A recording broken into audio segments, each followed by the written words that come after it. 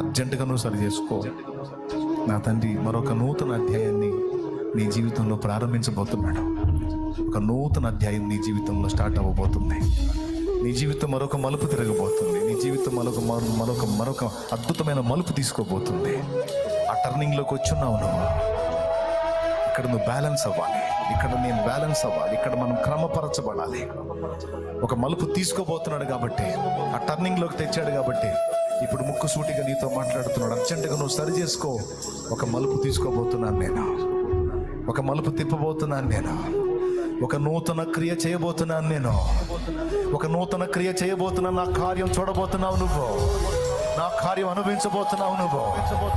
తెలిసి తెలిసి తెలిసి తెలిసి నువ్వు చేసిన పొరపాట్లు ఒప్పుకో, దిద్దుకో, పరిశుద్ధపరచబడో, నూతన పరచబడో.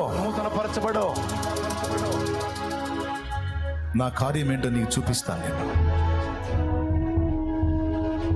నీ పక్షంగా కదలబోతున్నాను, నిన్ను ఆశీర్వదించబోతున్నాను.